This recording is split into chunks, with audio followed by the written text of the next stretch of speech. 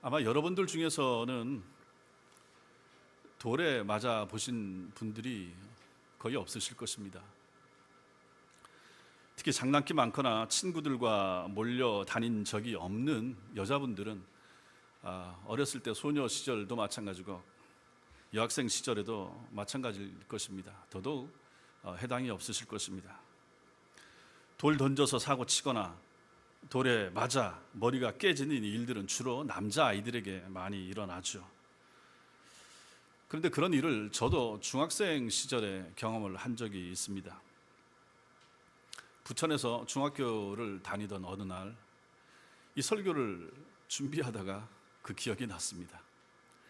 중학생 중3 때인가 하여튼 이때쯤 되는 것 같은데 저와 친구들이 같이 지금 부천 시민회관 쪽에 어딘가 길을 걸어가고 있었던 것 같아요.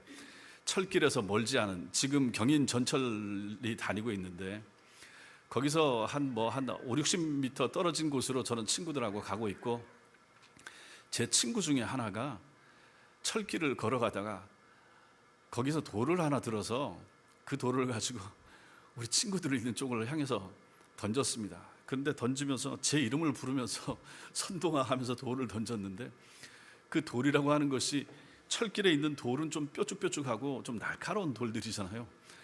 재미삼아서 그 중에 있는 돌을 하나 들어서 던졌는데 제가 고개를 돌리면서 왜? 하고 대답을 했는데 제 이마에 맞아버린 거예요. 퍽 하는 소리와 피가 튀면서, 그때 교회 다닌 지 얼마 안 되는 시점인데 그래도 머리 붙잡고 기도를 한다. 하나님, 뼈에는 이상이 없게 해주세요, 문지르면서. 그래서 그때 맞은 쪽이 여기입니다. 제가 제 외모에서 자신 있다고 생각하는 쪽이 그래도 이마 쪽인데 그때 이마를 다쳤었는데 뼈는 깨지지 않아서 지금까지 잘 지나고 있습니다. 이 말씀을 생각하면서 사도 바울의 얘기를 생각하면서 그때 일이 기억이 났습니다. 한 번 돌에 맞았는데도 아픔이 한참 갔었고 뼈는 이상이 없어서, 그런데 그때 그 당시에 찢어졌다고 해서 어디 병원 가는 시절도 아니고 그냥 대충 어떻게 해서 그냥 지나면서 지금까지 지나왔습니다. 한 번 돌에 맞은 것도 지금까지 기억이 나고 그때 아픔이 생각이 나는데, 바울 같은 경우는 오늘 그렇지가 않더라 하는 것입니다. 돌로 맞아서 돌 세례를 받을 정도의 일을, 돌팔매질을 당해서 죽음의 경계에까지 갔다 왔던 사도 바울의 모습을 우리는 오늘 말씀에서 보게 되는 것입니다. 이 사람 사도 바울의 이야기를 통하여 오늘 하나님께서 여러분과 저에게 주시는 은혜가 있게 되길 바랍니다. 먼저 우리는 충동에 의해서 돌 세례를 받게 된 것에 대해서 보게 됩니다. 사도 바울이 태어나서 단 한 번도 걸어본 적이 없는 안진뱅이, 선천성 하반신 마비자를 일어서게 하고 걷게 만든 것을 목격한 루스드라 사람들이 깜짝 놀랐습니다. 지난주의 말씀과 계속 이어지죠. 그 당시 그 사람들은 그리스 신화를 믿었다고 그랬죠. 그래서 그들은 신들이 사람의 형상으로 우리 마을에, 우리 동네에 찾아오셨구나 라고 깜짝 놀라면서 소리치면서 두 사람 가운데 풍채가 좋은, 나이가 좀 있어 보이는 바나바를 제우스라고 간주하고, 바울은 헤르메스라고 그렇게 간주하고 그 이름을 부르면서 이분들이 틀림없이 제우스가, 헤르메스가 사람의 모습을 입고 우리 가운데 오셨다라고 생각했던 것입니다. 그래서 제우스 신당의 제사장들이 제물로 쓸 소들을 데리고 와서 바울과 바나바 앞으로 나와서 이 두 사람을 신으로 생각하면서 제사를 드리고자 했던 것입니다.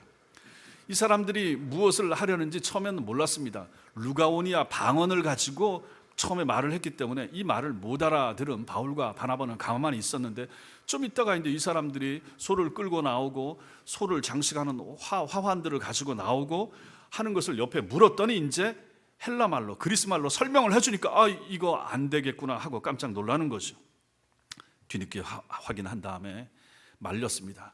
우리도 당신들과 똑같은 인간입니다. 인간이 어떻게 인간을 신으로 숭배합니까? 그러지 마십시오 하고 적극적으로 막았던 것이죠. 그것이 이제 본문 지난주에 보았던 말씀 18절입니다. 18절 보시면 이렇게 말하여 겨우 무리를 말려 자기들에게 제사를 못하게 하니라, 이렇게 결론을 내는 거죠. 바울과 바나바가 자신들에게 제사를 드리지 못하도록 말렸지만은 그들은 막무가내로 제사를 드리려고 했고, 그래서 두 사도들이 간신히 뜯어 말려서 못 지내게 했다 하는 것이 이 18절의 내용이 되는 것입니다. 그리고 이어지는 말씀이 오늘 19절 말씀이 되는데, 여기 보시면 유대인들이 안디옥과 이고니온에서 와서 무리를 충동하니 이렇게 말씀이 시작됩니다. 비시디아 안디옥과 이고니온에서 온 무리들이, 이 유대인 무리들이 와서 이 사람들을 부추겨 가지고 충동했다 하는 것입니다. 여기 말하는 이 무리들은 바울과 바나바를 신으로 믿어서 바로 앞까지 제사 지내려고 했던 바로 그 사람들, 루스드라 사람들을 말하는 것입니다. 보세요. 그래서 우리가 성경을 잘 볼 필요가 있는데 18절하고 19절하고 이어지니까, 바로 붙어 있으니까 곧장 이 사건이 연결되는 것 같지만 실제로는 그렇지가 않습니다. 요 사이가 좀 떨어진다 하는 것입니다. 이 사람들이 비시디아 안디옥과 이고니온에서 왔다 이렇게 말합니다. 그래서 그렇다면 이 사람들이 먼 지역에서 지금 온 거예요. 그러므로 이 18절과 19절 사이에는 사실상 시간의 갭이 있는 것입니다. 상당한 시간의 간격이 있다 이렇게 봐야 되는 거죠. PPT 띄워주십시오. 우리가 처음에 이 말씀 보면서 제1차 바울의 선교 여행 시작하는 지점이 수리아 안디옥이라고 했습니다. 확대해서 가까이, 그 옆으로 이제 해변으로 가죠. 길리기아라고 하고, 거기서 이제 섬으로 갑니다. 구브로 섬으로 가죠. 더 가시고 저 섬을 이제 가로질러 간 다음에 저기서 이제 지금 터키 남동부 해안으로 상륙하게 되는 것입니다. 저 지역이 더베라 그랬죠. 저기가 해안가고 저지대 지역입니다. 저기서 이전에 제가 설교에서 말씀드렸던 것처럼 바울이 풍토병에 걸렸습니다. 아마도 말라리아일 것이다 이렇게 간주되는 그 풍토병에 걸렸죠. 그 당시에도 마찬가지입니다. 민간요법으로 저것을 고치기 위해서는 약도 잘 없는 시대이기 때문에, 저기가 저지대고 습기가 많은 지역이기 때문에 고지대에 습기가 적은 지역, 건조한 지역으로 가야 된다, 이런 것을 이제 알고 있었던 거죠. 저기서 이제 타우루스 산맥을 넘어서 위쪽으로 가게 되는 것입니다. 긴 시간 여러 날 걸려서 이제 저들이 올라가게 되죠. 그래서 도착한 곳, 저 밑에 지방 더베에서는 복음을 전하지도 못하고 병이 들어서 그걸 고치기 위하여, 병이 나야 뭐라도 하니까요. 그래서 옮겨간 지역, 거기가 바로 비시디아 안디옥이었던 것입니다. 그 비시디아 안디옥에서 복음을 전했지만은 유대교 무리들이 바울을 시기해서 귀부인과 유력한 성내에 힘 있는 사람들을 선동해서 박해하고, 그래서 어쩔 수 없이 비시디아 안디옥에서 쫓겨났습니다. 거기서 쫓겨나서 이제 동남쪽으로 145km 정도 떨어진 이고니온을 찾아갑니다. 저거 좀 더 자세하게 보여줄 수는 없습니까? 더 이상은 안 됩니까? 예. 비시디아 안디옥에서 저 화살표 끝이 닿은 곳이 이고니온입니다. 이고니온을 찾아가서 거기서도 복음을 전했지만 또 거기 있었던 유대인들이, 지금 비시디아 안디옥도 이고니온도 유대인들이 많은 지역입니다. 흩어진 유대인들, 디아스포라 유대인들, 이들이 많다 보니까 거기는 두 곳은 다 회당이 있었습니다. 회당에 들어가서 복음을 전했죠. 그런데 이제 이들이 박해를 하는 것입니다. 이고니온에 살고 있는 유대인들이 이방인들과 관리들을 선동해서 이제 여기서는 돌을 들어서 바울과 바나바를 치려고 했습니다. 그래서 그것을 또 피해서 도망가야 했죠. 그래서 이제 32km 정도 떨어져 있는 이제 우리가 알고 있는 루스드라로 옮겨가게 된 것입니다. 비시디아 안디옥에서부터 따지면 루스드라는 거리가 한 177km 정도 떨어진 곳입니다. 그러므로 바울이 루스드라에 나타나서 지금 선천성 하반신 마비자 안진뱅이를 고쳤다 하는 소문이 루스드라에서부터 가까운 이고니온 32km 정도 떨어진 곳의 유대인들에게까지 들렸죠. 그리고 거기서 더 떨어져 있는 비시디아 안디옥까지 전해진 거죠. 얼마나 먼 곳입니까? 그 소문으로 인해서 바울에 대한 증오심과 시기심을 가진 사람들이 저 먼 곳 비시디아 안디옥에서, 그리고 이고니온에서 어디까지 옵니까? 루스드라까지 오는 거죠. 너무너무 꼴보기 싫은 거죠. 누가? 바울이 전하는 복음, 바울이 전하는 예수 그리스도의 죽으심과 부활에 대한 소식이 너무너무 싫은 것입니다. 그래서 저놈 저거 그때 쫓아냈더니 또 저기가 또 저런 짓을 하고 있네 해서 비시디아 안디옥과 이고니온의 정통 유대인들이 여기까지 루스드라까지 찾아온 것입니다. 저거 가만히 둬서 안 되겠다, 쳐 죽여야 되겠다 하는 마음을 품고 찾아온 것이죠. 그러므로 루스드라까지 오는 그 비스디아 안디옥과 이고니온에서 오는 거리, 전체 거리가 한 177km 정도 되니까 얼마나 멉니까? 이 거리를 오는데 그 당시 시간으로 따진다 그러면 이거 한 2주는 좋게 걸려야 된다 하는 것을 지금 말씀드리고자 하는 것입니다. 그 당시 교통사정으로. 그러므로 18절과 19절이 붙어 있는 것 같지만 한 2주 정도의 시간의 차이, 갭은 있다 하는 것입니다. 그럼 그 2주 동안 루스드라 성 안에 있으면서 바울은 또 바나바는 뭘 했겠습니까? 당연히 그들은 복음 전도자니까 복음을 전했겠죠. 열심히 하나님의 복음을 전했습니다. 거기 있는 루스드라 사람들에게. 그 복음을 전하는 동안에 루스드라 사람들하고는 더 친밀해지고 더 가까워졌을 것입니다. 자, 그런 상황 속에서 비스디아 안디옥과 이고니온에 살고 있던 유대인들이 그 루스드라를 찾아와서 이 사람들을 부추긴다고 한들 무슨 일이 일어나겠습니까? 그런데 오늘 본문 19절 말씀에 보면 우리의 상식하고 전혀 다른 내용이 나오는 것입니다. 앞에는 어떤 일이 일어났습니까? 앞부분에 16절, 17절, 18절 바울을 신이라 하라고 생각했죠. 어떻게 사람이 안진병을 일으켜? 저거는 신이야. 저 두 사람은 제우스와 헤르메스야.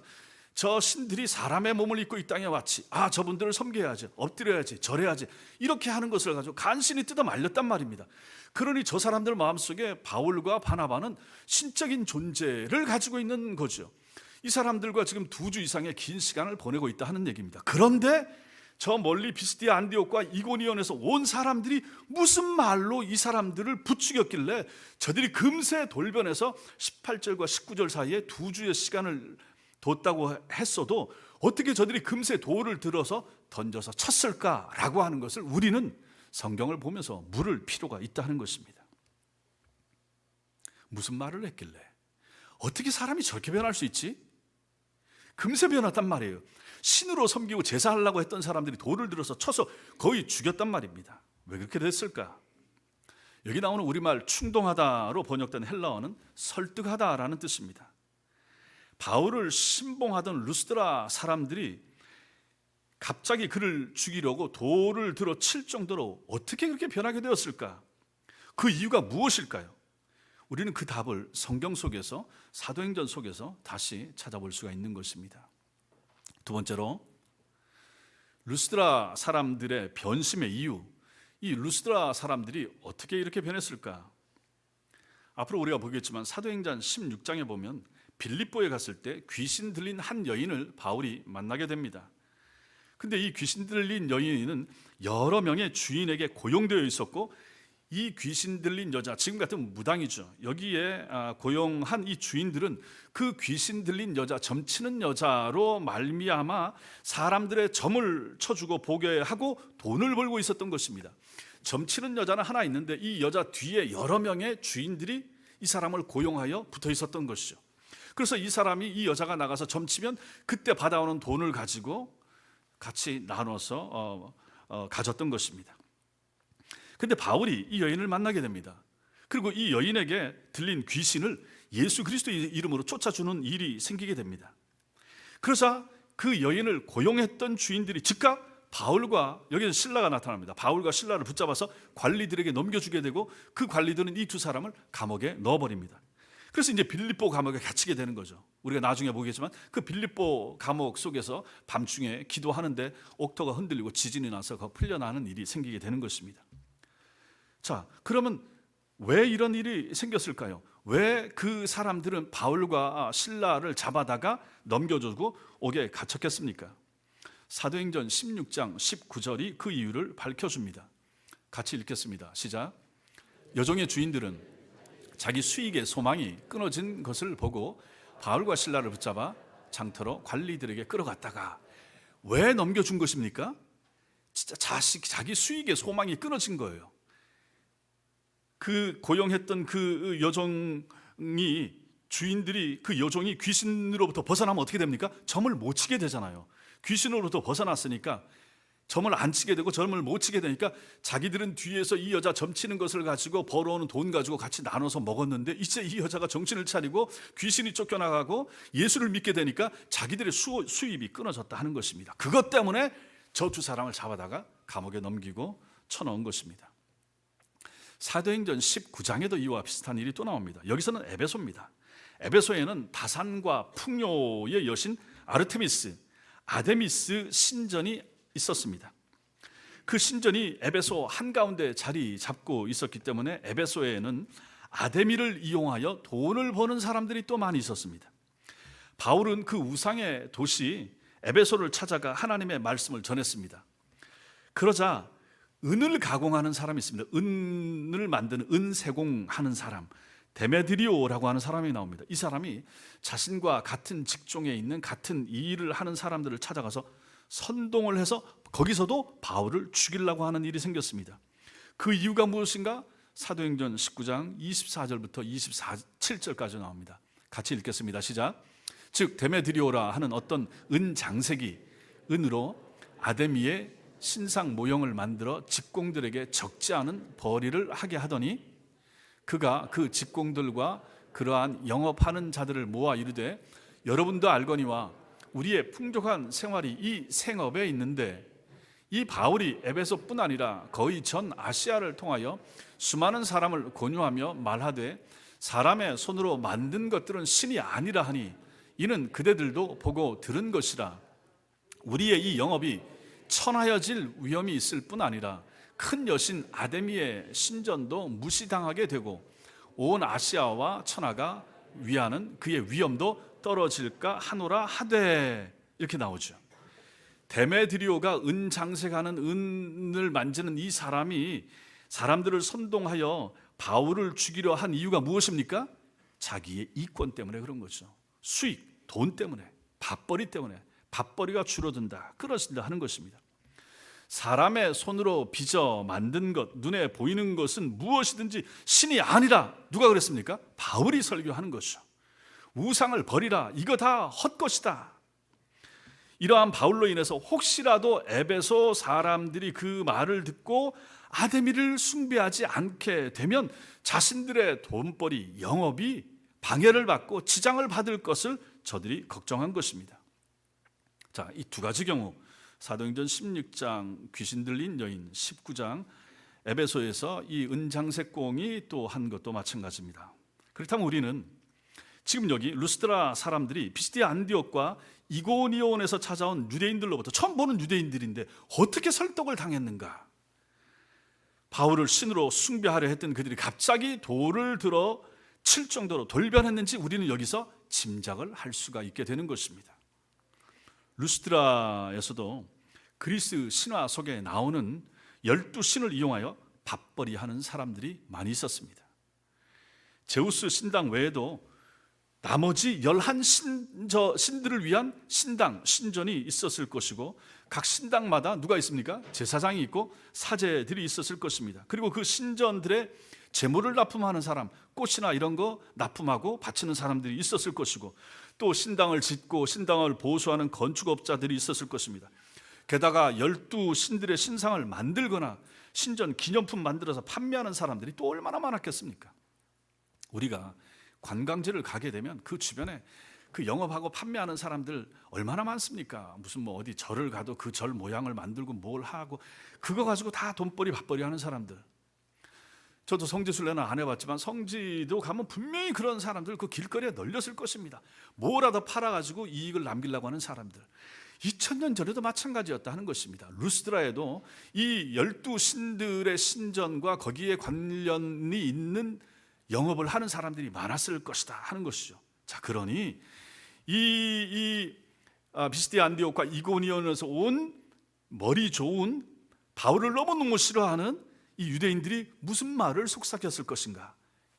저 바울 때문에 당신들 밥벌이 끊어집니다. 이제 문 닫습니다. 저 사람 저렇게 높여서 가만히 내버려둬서는 안 됩니다 라고 몇 마디 했더니 여태까지는 그러지 않았었는데 밥벌이를 건드리자, 자기네 밥줄을 얘기하자 금방 이 사람들이 말을 알아들은 거죠. 아, 저 사람이 그 사람이었어요? 그런 사람이었어요? 생각하면서 금방 그 마음을 바꾸어 버린 것입니다.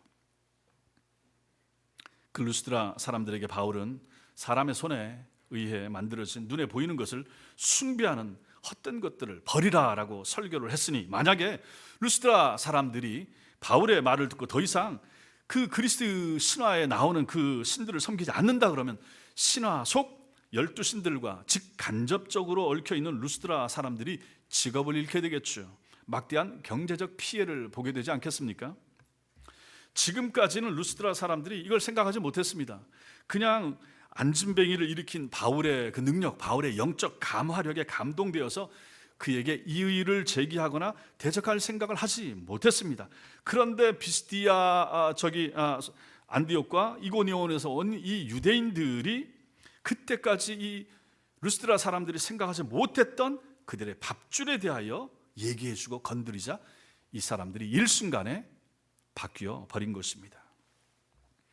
바울이 루스드라 사람들에게 헛된 이 일을 버리고 살아계신 하나님께로 돌아오라 라고 설교한 것은 하나님을 믿음으로 인해서 현실 속에서는 당분간 불이익을 당하고 어려움이 있더라도 그들로 하여금 영원한 생명, 영원한 구원을 얻게 하기 위함이었습니다. 그러나 멀리서 온 이 유대인들은 현실의 이익을 보라, 현실의 이익을 지키라 라고 루스드라 사람들을 부추겼고, 그 충동질에 넘어간 루스드라 사람들은 자신들의 이익을 지키기 위해서 유대인들과 생전 처음 본 유대인들과 함께 바울을 돌로 쳐 죽이는 편을 택하고 말았던 것입니다. 그것은 곧 바울을 보내신 하나님을 거부한 것이고, 하나님께서 주시려는 영원한 생명과 영원한 구원을 거부한 것이나 마찬가지였던 것입니다. 성도들 중에는 종종 믿음과 현실을 분리하여 생각하는 분들이 계시지만 그것은 옳지 못합니다. 믿음은 환상 속에서 하나님을 쫓는 것이 아니며 현실을 도피하는 것도 아닙니다. 우리가 예수를 믿게 됐을 때, 믿게 되면 좋은 일만 생기고 형통하고 잘 되고 병도 고치고 사업도 잘 되고 이런 쪽으로만 생각하고 또 그렇게 들었기 때문에 그것만 생각하고 교회에 나오실 수도 있겠지만, 현실 속에서는 반드시 그렇지 않다, 그 부분도 있지만 반드시 그렇지는 않다 하는 것을 우리는 압니다. 그리스도인들은 현실 속에서 현실의 이익 앞에서 믿음을 지키고 신앙 양심을 지키고 하나님의 말씀을 지키는 사람들입니다. 그것을 성경은 끊임없이 우리에게 요구를 하는 거죠. 현실은 좀 어렵고 힘들어진다 해도 우리가 믿음을 지키고 신앙 양심을 지키면서 살라라고 성경은 끊임없이 우리에게 강조한다 하는 것입니다. 하나님의 말씀보다 현실이나 현실의 이익을 더 중시하는 사람은 결코 참된 성도가 될 수 없습니다. 루스드라 사람들은 위대한 사도 바울로부터 직접 하나님의 말씀을 들은 사람들입니다. 하나님께서 바울을 통해서 선천성 하반신 마비자를 일으켜 세우는 것을 자신들의 눈으로 직접 보고 깜짝 놀랐던 사람들이 루스드라 사람들입니다. 그러나 현실의 이익, 자기의 생계라고 하는 우상을 숭배하기 위해서 변심하여 바울을 돌로 침으로써 결과적으로 자신들에게 바울을 보내주신 하나님을 거부하는 가장 어리석은 사람들 중에 하나가 되고 말았던 것입니다. 사람들은 자신들의 이익에 손해가 나면 돌을 들게 됩니다. 마음이 바뀝니다. 교인들도 마찬가지입니다. 우리는 그래서는 안 됩니다. 만약에 재산상에 손해가 난다 그러면 사람이 바뀝니다. 돌을 들게 됩니다. 적대적이 됩니다. 모든 이방 종교는 자신의 재산을 지키는 일에 신을 이용하는 종교들입니다. 왜 신을 믿습니까? 왜 저들의 종교에서 말하는 신을 섬깁니까? 자기 잘 되자고 하는 거예요. 다들 건강하자고, 그 신의 힘을 이용하여 이 땅에서 뭐 좀 해보자고, 형통하자고, 그 신의 능력을 이용하여 자신들의 앞날을 밝혀보자고. 만약에 우리 기독교도, 만약에 우리도 그렇게 하나님을 믿고 따라간다면 저들하고 다른 종교하고 무슨 차이가 있겠습니까? 그러나 성경을 보면 오늘 바울의 모습은 우리는 저들과 다르다 하는 것을 보여줍니다. 현실의 이익에서 좀 손해가 나고 어려움이 와도 우리는 우리의 믿음과 신앙을 지켜야 하는 길을 가는 사람들이라고 오늘 말씀이 우리에게 가르쳐주고 있는 것입니다. 기독교는 다릅니다. 우리는 다릅니다. 우리는 예수 그리스도를 이용하여, 우리는 하나님의 능력과 삼위일체 하나님의 손을 이용하여 우리 사업 좀 잘 되게 하자고, 우리 자식들의 앞길을 형통하게 하자고, 그렇게 하나님을 이용하고 그렇게 예수의 이름을 끌어다 쓰는 사람들이 될 수가 없습니다. 되어서도 안 됩니다. 그것은 하나님의 뜻이 아닌 것입니다. 이 땅에서의 이득을 위해서 천국을 포기하는 것은 얼마나 어리석습니까? 제가 몇 주 전에도 설교했지만 눈에 보이는 것에 목숨을 거는 사람들이 얼마나 많습니까? 그러나 보이지 않는 것이 얼마나 오래 갑니까? 보이지 않기 때문에 우리는 없다고 생각하지만 보이지 않는 것, 거기에 우리가 영생이 있고 그 속에 천국이 있고 거기에 하나님 나라가 있다 하는 것을 생각한다 그러면 우리가 어찌 우리 눈에 보이지 않는다고 해서 그것을 버리고 포기할 수 있겠습니까? 자신의 밥줄을 붙드느라고 바울을 돌로 쳐 죽여서 영생을 포기해버린 오늘 루스드라 사람들의 이 어리석은 모습들을 우리가 교훈으로 삼아야 한다 하는 것입니다. 잠깐의 이익을 위해서 영원한 기업을 버리는 것은 얼마나 미련한 사람들입니까? 여러분과 저 우리들 가운데는 이런 사람이 한 사람도 없기를 주님의 이름으로 축원합니다. 마지막 세 번째로 돌셀에서 우리는 살아난 바울을 여기서 좀 볼 필요가 있습니다. 바울을 신으로 믿어서 제사 진회를 했을 정도로 바울에 대한 외경심을 가지고 있던 루스드라 사람들은 생전 처음 보는 유대인들의 충동질에 넘어가서 그들과 함께 바울을 돌로 치고 말았습니다. 그때 바나바가 돌에 맞지 않은 이유는 우리가 알 수가 없습니다. 성경에 없으면 우리는 그냥 거기서 멈춰야 되는 거죠. 다만 대중 앞에서 복음에 대하여 주로 설교한 사람이 바울이었기 때문에 유대인들이 바울만 집중적으로 공격했을 수도 있고, 혹은 마침 그 자리에 바나바가 없을 때 사람들이 돌로 들어서 쳤기 때문에 바나바는 돌세를 피할 수 있었을 것이다. 아무튼 이렇게만 생각하시면 될 것입니다. 바울은 고린도 후서 11장 25절에서 과거를 돌아보면서 이렇게 표현을 합니다. 내가 3번 태장으로 맞았고 40에 하나 감한매 39대 맞는 것을 맞았고 한 번 돌로 맞았고, 이렇게 말하는데 한 번 돌로 맞은 것이 아마 여기서 루스드라에서 맞은 것에 대한 내용을 암시하는 것 같습니다. 아무튼 돌세례 받은 바울이 쓰러져서 움직이지 않자 루스드라 사람들은 바울이 죽었다 이렇게 생각을 하고 그를 성 밖으로 시외로 끄집어내서 내다 갖다 버렸습니다. 그러니까 벌건 대낮에 한 사람을 돌로 쳐서 그 많은 사람들이 돌로 쳐서 죽이고 질질 끌어서 성 밖에 내다 갖다 버린 것입니다. 그리고 본문 20절은 바울에게 복음을 전해 들은 제자들, 그 루스드라에서 복음을 듣고 예수를 믿겠다고 한 사람들이 있었다. 그 사람들이 바울의 죽음을 확인을 하고 그럼 어떡하지?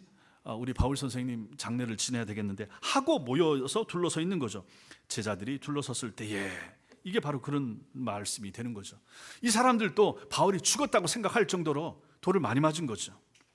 그런데 이때 어떤 일이 일어납니까? 바울이 거기서 툴툴 털고 일어나는 것입니다.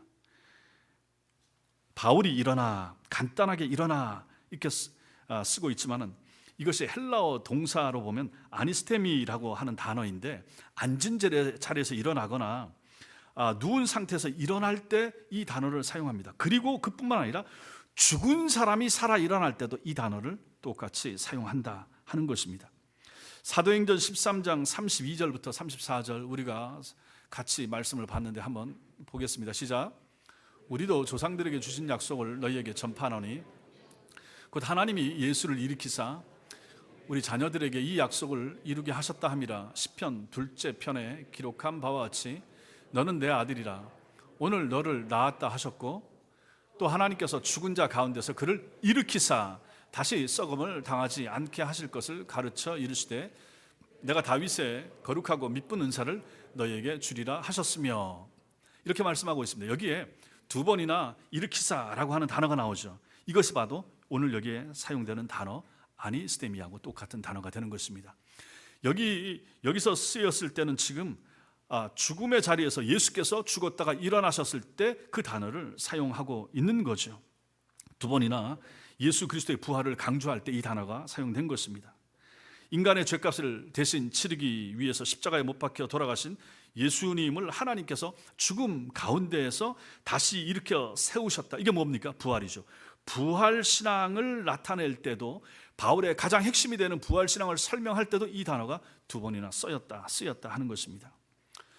주님께서 걸어가신 십자가의 길을 따라 걷기만 하면 혹시 죽음과도 같은 상황을 만날지라도 그 죽음의 한 가운데에서 예수님을 일으키신 하나님께서 바울도 이렇게 일으켜 세우셨다 하는 차원에서도 이 일어나라고 하는 단어를 우리가 이해할 수가 있는 것입니다. 그뿐만이 아닙니다. 루스드라를 찾은 바울이 그곳에서 가장 먼저 한 일이 뭐였습니까? 선천성 안진뱅이 하반신 마비자를 일으킨 거죠. 3주 전 설교에서 그를 고칠 때 바울이 내 발로 바로 일어서라, 내 발로 바로 일어서라 이렇게 명령했고, 그와 동시에 그 사람이 한 번도 일어나 본 적이 없는, 한 번도 걸어본 적이 없는 사람이 벌떡 일어나서 걸을 수 있게 됐다라고 말씀을 드렸습니다. 하나님께서 바울을 도구로 삼아서 그를 친히 일으켜 세우신 것입니다. 그때 바울이 일어서라 라고 할 때 사용된 단어도 아니스테미 똑같습니다. 바울은 태어나면서부터 죽어있던 그 사람의 하반신을 향해서 살아나라, 부활하라, 완전히 앉아있던 펴보지도 못한 그 단어를 그 사람의 하반신, 하체를 향하여 일어나라, 아니스테미, 살아나라, 그렇게 명령했다 하는 것입니다. 그와 동시에 말라붙어 있던 그의 하반신이 풀리면서 그가 일어나 걸었던 것입니다. 이처럼 하나님을 알지도 못하고 하나님을 위해서 아무것도 한 일이 없는 루스드라의 선천성 하반신 마비자를 하나님께서 오직 당신의 자비하심으로 일으켜 세워주셨다고 한다면, 온 삶을 다하여, 온 중심을 다하여 예수 그리스도의 길을 쫓다가 루스드라에서 돌에 맞아 죽은 것 같았던 바울을 하나님께서 다시 살리시고 일으키시는 것은 너무도 당연한 일 아니겠습니까? 어떤 분들은 이렇게 질문할 수 있을 것입니다. 하나님께서 좋습니다, 이곳 루스드라에서 이제 돌팔매질로부터는 바울을 살려주셨네요, 일으켜 주셨네요. 그런데 이 세상에서 바울의 최후는 얼마나 비참합니까? 목이 잘려서 참수형을 당하지 않았습니까? 그렇게 물을 수가 있을 것입니다. 바울이 목 잘려서 세상을 떠난 것은 마지막에 틀림없는 사실입니다. 이 세상에서 바울을 마지막으로 기다리고 있었던 것은 화려한 왕관이 아니라 돌팔매질보다 더 비참한 참수형, 목이 잘리는 단두대였습니다. 그래서 바울의 인생이 비극적으로 끝이 났습니까? 결코 아니죠. 참수형을 당하기 직전에 바울이 이 세상에 남긴 마지막 글, 마지막 성경 디모데후서입니다. 디모데후서 4장 7절과 8절에서 바울이 이렇게 고백합니다. 같이 읽겠습니다. 나는 선한 싸움을 싸우고 나의 달려갈 길을 마치고 믿음을 지켰으니 이제 후로는 나를 위하여 의의 면류관이 예비되었으므로 주 곧 의로우신 재판장이 그날에 내게 주실 것이며 내게만 아니라 주의 나타나심을 사모하는 모든 자에게도니라, 이렇게 말씀하고 있습니다. 이 세상에서 바울의 육체가 참수형을 당해서 목이 떨어져 나가는 순간 하나님께서는 바울의 영혼에 영원한 의의 면류관, 영원한 생명의 왕관을 씌워 주셨던 것입니다. 그리고 그가 주님을 위해서 쓴 모든 글들은 영원한 하나님의 말씀으로 성경 속에 편입되게 된 것입니다. 그러므로 이 놀라운 의의 면류관, 이것은 누구에게 주는가? 바울에게만 주는가? 아니죠. 저 뒤에 보니까 내게만 아니라 주의 나타나심을 사모하는 모든 자에게도니라. 주의 나타나심, 예수님의 재림하심, 예수님의 이 땅에 오심을 사모하면서 살아가는 모든 성도들에게 하나님께서는 의의 면류관을 예비하고 계시다가 그 사람에게 주리라, 이렇게 약속하고 계신 것입니다. 2000년 전 바울은 가장 미련한 길을 걸었던 것 같지만 그가 예수 그리스도 안에서 믿고 쫓았던 하나님에 의해서 그는 가장 위대한 사도로 역사 속에 지금까지 살아있으며 성도들 가슴마다 이 사도 바울로 인하여 그가 기록한 하나님의 위대하고 놀라운 신약성경 12권, 13권 이 말씀으로 인하여 얼마나 우리가 큰 도전과 은혜를 받고 있는가 생각하면 이 사람은 죽을 수가 없습니다. 영원히 살아있고 주님 오실 때까지 이 땅에 있을 교회와 성도들 가슴마다에 사도 바울이 새겨져 있지 않겠습니까? 이렇게 죽음의 자리에서 하나님의 능력으로 다시 일어난 바울은 기력을 회복하여 루스드라 성 안으로 다시 들어갑니다. 보십시오. 조금 전까지 악한 말을 쏟아내면서 손에 돌을 들어서 그를 향해 던진 사람들이 여전히 그 성 안에 아직도 남아 있을 텐데 그 성 안으로 바울이 또다시 걸어 들어간 것입니다. 바울은 도대체 어떤 배짱을 가지고 있었을까요? 그에게는 아직 성 안에서 해야 될, 우리 성경에는 나오지 않지만 무슨 일인가가 남아 있었던 것입니다. 여기서 우리는 죽음조차 두려워하지 않는 바울의 순교적 정신과 고난과 위협에 굴복하지 않는 성도의 담대함, 그것을 보게 되는 것이죠. 그리고 밑에 보니까 이튿날 바나바와 함께 더베로 가서 그곳에서 다시 복음을 전하여 많은 회심자를 얻었다라고 기록을 하고 있습니다. 성경학자들은 돌에 맞아 거의 죽은 바울을 둘러섰던 그 제자들 중에 디모데도 있었을 것이라 이렇게 생각을 하고 있습니다. 디모데후서 3장 11절 같이 읽겠습니다. 시작. 박해를 받음과 고난과 또한 안디옥과 이고니온과 루스드라에서 당한 일과 어떠한 박해를 받은 것을 내가 과연 보고 알았거니와 주께서 이 모든 것 가운데서 나를 건지셨느니라. 바울이 디모데에게 편지를 써 보내면서, 다시 띄워주십시오. 바울이 디모데에게 이걸 써서 보낸 거죠. 내가 박해를 받았고 고난을 받았고 안디옥과 이고니온과 루스드라에서, 지금 루스드라 아닙니까? 여기서 당한 일과 어떠한 박해를 받은 것을 네가 디모데죠. 디모데가 과연 보고 알았거니와 주께서 이 모든 것 가운데서 나를 건지셨는 거 너 알지? 너 봤지? 디모데. 이렇게 바울이 편지를 써보내고 있는 것입니다. 디모데는 루스드라가 고향입니다. 여기가 고향입니다. 그렇다면 바울이 디모데를 본격적으로 데리고 다니기 시작한 것은 제2차 전도 여행 때부터가 그때입니다. 그 사실이지만 처음 만난 것은 바로 여기죠. 제1차 전도 여행 때 여기서 디모데를 처음 만나고 디모데도 여기서 복음을 듣고 제자가, 어리지만 제자가 된 것으로 볼 수가 있는 것입니다. 그래서 사도행전 16장 1절에도 보면 디모데를 제자로 소개하고 있는 사실에서도 이것을 우리가 짐작을 할 수가 있습니다. 바울이 제2차 전도 여행 시 이제 루스드라에 왔을 때 이미 제1차 전도 여행에서 디모데가 복음을 받아들이고 제자가 되었기 때문이죠. 그리고 2차 때 오면서 이제 너 나하고 같이 다니자라고 하면서 바울이 디모데 데리고 다니면서 함께 전도 사역을 하게 되는 것입니다. 그래서 우리는 이러한 말씀, 이 본문에서 하나님은 진정으로 사랑하는 사람, 복음을 위하여 사는 사람, 그래서 하나님의 능하신 손이 함께 하셔서 하나님이 그를 일으키실 때 어떤 일이 일어나는가 하는 것을 우리는 보게 되는 것입니다. 여러분과 저도 좀 이런 사람으로, 이런 능력 있는 하나님의 사람으로 살아야 되지 않겠습니까? 결국은 우리는 여기서 바울이 돌에 맞았지만은 어떻게 보면 바울도 완전히 거반 죽은 거죠. 그럼 바울이 지금 일어났다라고 말하는 것은 아니스테미, 바울이 부활한 것입니다. 어떻게 보면 바울이 정말 죽었다가 살아났을 수도 있습니다. 거의 죽음 직전에 살아났을 수도 있습니다.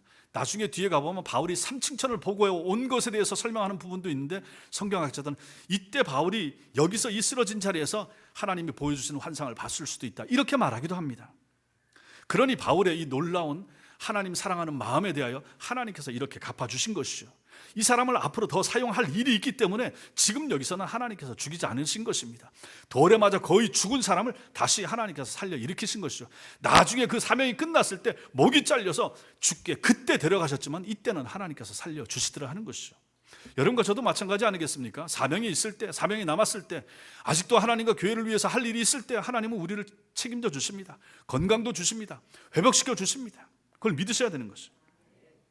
그 현장, 그 돌이 던져지는 현장, 피가 튀어서 거의 죽은 것 같은 현장, 그래서 질질 끌려 나와서 바깥에 버려진 현장을 본 사람이 있었습니다. 누굽니까? 디모데입니다. 디모데가 그걸 본 거죠. 그리고 나서 다시 살아 일어나는 그 바울의 모습을 누가 봤습니까? 디모데가 본 거죠. 자기 스승님의 모습을 보는 거죠. 그러니 디모데는 어떤 목회자가 됐겠습니까? 그런 걸 다 목격하면서 디모데 전서와 디모데 후서를 통하여 바울이 전해주는 저 모든 말씀들을 가슴에 새기는 탁월한 주님의 종이 되지 않았겠습니까? 이러한 삶을 우리는 이 말씀 가운데서 보게 되는 거죠. 우리 생명을 누가 돌보십니까? 우리를 누가 살게 하십니까? 우리를 누가 고쳐주십니까? 우리를 이 땅에서 거하게 하시는 분이 누구십니까? 돌 맞아서는 살렸는데 목 잘리는 데서는 버려두시는, 그렇게 세상을 끝나게 하시는 분이 누구십니까? 하나님 아닙니까? 이것을 가지고 하나님의 주권이라고 말합니다.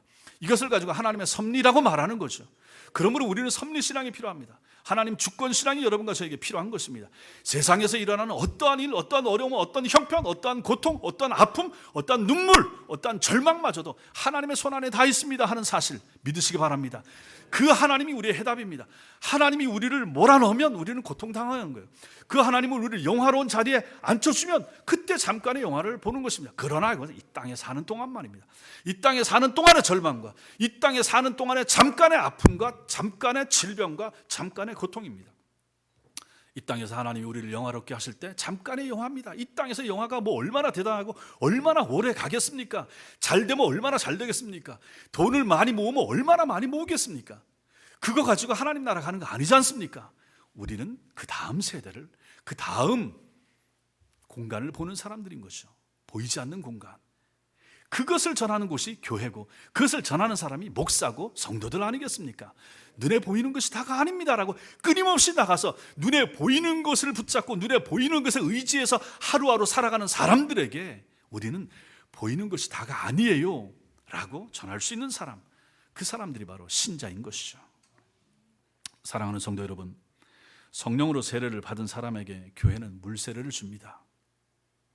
그러나 오늘 바울은 복음 전하는 것을 싫어하던 무리들에 의해서 돌덩이로 세례를 받았으며 그로 인해서 거의 죽음에 이르게 되었었습니다. 이 땅에서 예수를 믿는 사람들의 삶은 결코 안락한 꽃길일 수가 없습니다. 믿음은 환상 속에서 주님을 따르는 것이 아니기 때문입니다. 절대로 이거 놓치지 마십시오. 예수 믿어도 힘들어요. 예수 믿어도 고통스러워요. 예수 믿으면 어쩌면 더 아파요. 더 어려운 일이 많이 일어날 수도 있어요. 그럼에도 불구하고 예수를 붙잡고 가는 삶, 이것이 참된 신자의 삶인 것입니다. 우리는 현실의 큰 이익 앞에서도 믿음을 지키도록 부름 받은 하나님의 사람들입니다. 우리는 현실의 위협과 불이익 앞에서도 타협하지 않고 신앙 양심을 지켜야 할 사람들입니다. 하나님은 어느 때나 여러분과 저 우리와 함께 하십니다. 우리가 고난을 당하고 위기의 순간에 더더욱 하나님께서 우리와 함께 하신다는 사실을 믿으시기 바랍니다. 온갖 역경 중에도 우리와 함께 하실 하나님을 믿는 그런 믿음과 신앙이 여러분과 저에게 필요합니다. 지금까지도 하나님의 은혜 가운데 살아오셨죠? 앞으로도 여러분과 저는 하나님의 은혜 안에 살아가실 것입니다. 그런데 그 하나님의 은혜가 항상 잘 되고 우리가 바라는 좋은 거, 건강한 거, 돈 많은 거, 형통한 거, 그것만이 하나님의 은혜가 아니라는 사실을 아실 필요가 있습니다. 하나님의 은혜는 우리에게 질병으로 올 수가 있습니다. 하나님의 은혜는 아픔으로 올 수 있습니다. 하나님의 은혜가 오히려 안 되고 낮아지고 절망 가운데 찾아올 수도 있다 하는 것을 아실 필요가 있습니다. 우리는 성경에 나오는 모든 믿음의 인물들에서 그걸 보지 않습니까? 그들의 잘되고 형통하고 좋은 면만 가지고 이렇게 되게 해주세요라고 기도하고 바라는 것은 헛된 것입니다. 안 되고 잘 되고 이 모든 것이 성도 삶 속에 들어있는 것이고, 그러나 궁극적으로 성도는 승리하고 궁극적으로 성도는 잘 될 수밖에 없고 궁극적으로 성도는 하나님 앞에 당당하게 서게 되는 그런 날이 이르게 될 것이라 하는 믿음이 여러분과 저에게 필요합니다. 그래서 주님을 바라는 거죠. 그래서 아까 바울이 얘기했던 것처럼 주의 나타나심을 사모하는 모든 자에게 하나님께서는 의의 면류관을 씌워 주실 것입니다. 그래서 마라나타, 아멘, 주 예수의 오시옵소서, 주여 어서 오시옵소서, 이것을 날마다 고백하면서 살아가는 성도가 되는 것, 이것이 하나님께서 여러분과 저에게 바라시는 성도의 모습인 것입니다. 이런 신앙의 삶을 살아가시는 복된 하나님의 백성들 다 되시기를 주님의 이름으로 축원합니다.